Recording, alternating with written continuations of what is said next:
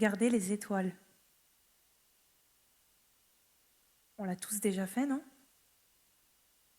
Après une journée trop chargée avec juste l'envie de déconnecter. À la montagne ou à la mer, au printemps, en automne, été ou hiver. Se couper du monde pour les observer briller la nuit dans le ciel, leur accorder un instant, alors qu'on les oublie les 3/4 du temps. Mais est-ce qu'on s'est déjà demandé ce qu'était une étoile? Moi, je peux vous répondre.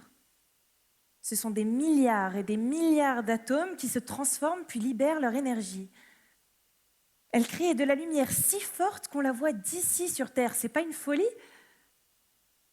Est-ce que vous saviez que ces étoiles, qu'on a regardées avec tant d'amour quand on était petit, étaient peut-être déjà mortes il y a des millions d'années? Mais nous, dans notre tête, on était juste en train de se dire ouais, c'est beau à regarder. Pourtant, à un moment, elles étaient en vie. Peu importe le temps ou l'espace qui nous séparait. Parce que maintenant grand, on le sait. Ce n'est pas parce qu'on ne voit pas ou connaît pas les choses qu'elles n'existent pas. C'est d'ailleurs l'explosion d'une étoile qui nous a permis d'être ici. Oui, le fameux Big Bang. C'est grâce à lui que la vie a pu se former. Et les atomes qui composent les étoiles sont les mêmes qui composent les cellules de nos corps. Donc, l'humain est composé de milliards de cellules vivantes qui permettent de faire fonctionner notre organisme.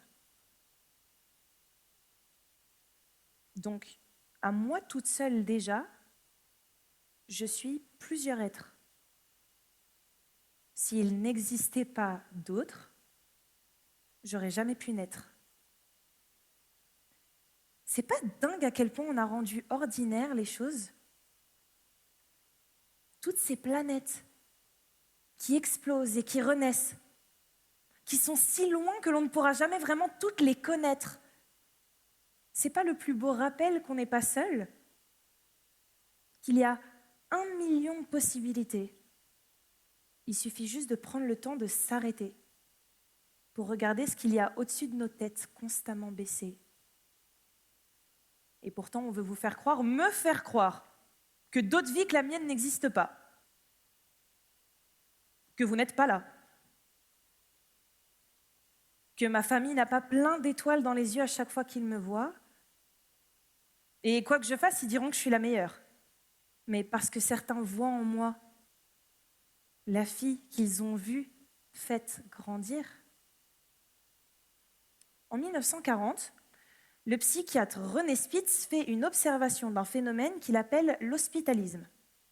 Après la guerre, il observe des bébés placés en orphelinat qui ne recevaient pas d'affection.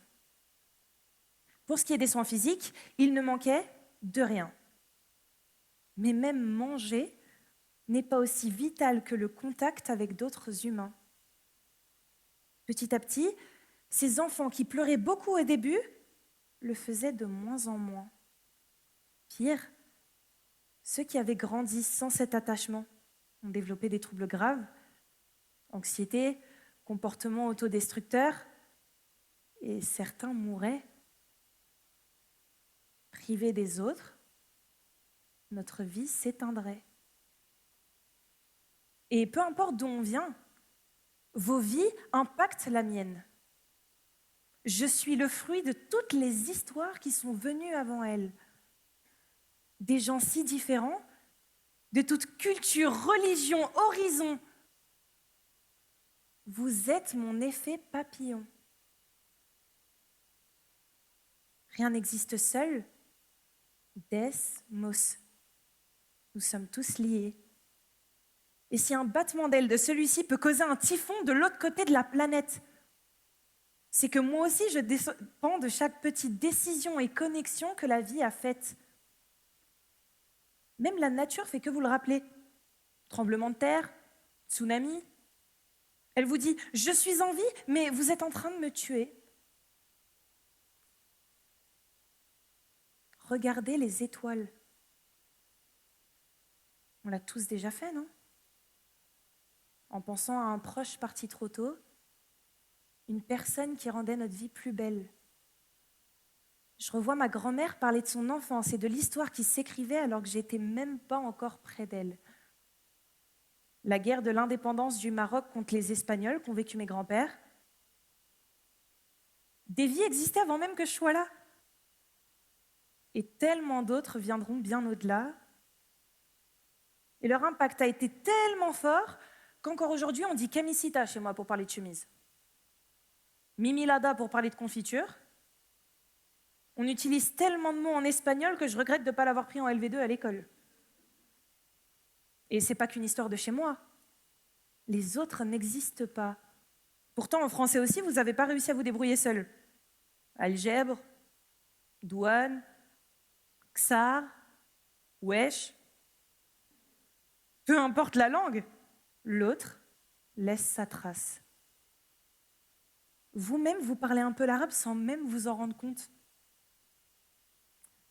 Et je pense qu'il est là notre problème. L'oubli. On va toujours trop vite. On est dans nos carrières, nos pensées, nos problèmes, notre perception de la réalité. Et allez-y pour essayer d'arrêter une fusée qui est en train de foncer. Mais pensez qu'il n'y a pas d'autre vie que la sienne. C'est ne pas prendre la peine de s'arrêter pour les voir. Pensez qu'il n'y a pas d'autre vie. C'est oublier l'autre. Celui qui t'a ouvert son cœur et raconté ses histoires. Celui qui a été heureux comme si c'était lui qui avait gagné à chacune de tes victoires. Celui qui se bat avec toi. Celui qui t'a fait grandir et permis d'en arriver là. Celui qui trouverait une solution à ton problème si seulement t'allais lui parler. Celui qui ne demande qu'à être aidé. En fait, celui qui est comme toi.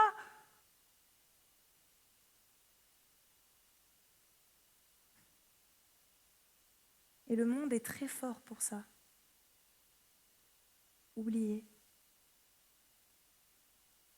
Alors on se permet de laisser notre avenir entre les mains d'humains qui se voient comme des dieux, seules personnes soi-disant dignes, pendant que les autres se battent juste pour être reconnus à leur juste valeur, celle d'humain. Et je pense que c'est ça qui m'a amenée depuis toujours à déclamer. Je ne veux pas vous oublier. Je ne veux pas détourner les yeux d'atrocités et de la beauté du monde dans lequel on vit. Je veux continuer à vous admirer. Moi, c'est la vie des autres qui me nourrit. Existe-t-il d'autres vies que la mienne ? Je suis parce que vous êtes. Tellement d'auteurs en ont parlé. Et je sais que ça ne peut pas être ma folie qui les aurait inventées, ces phrases.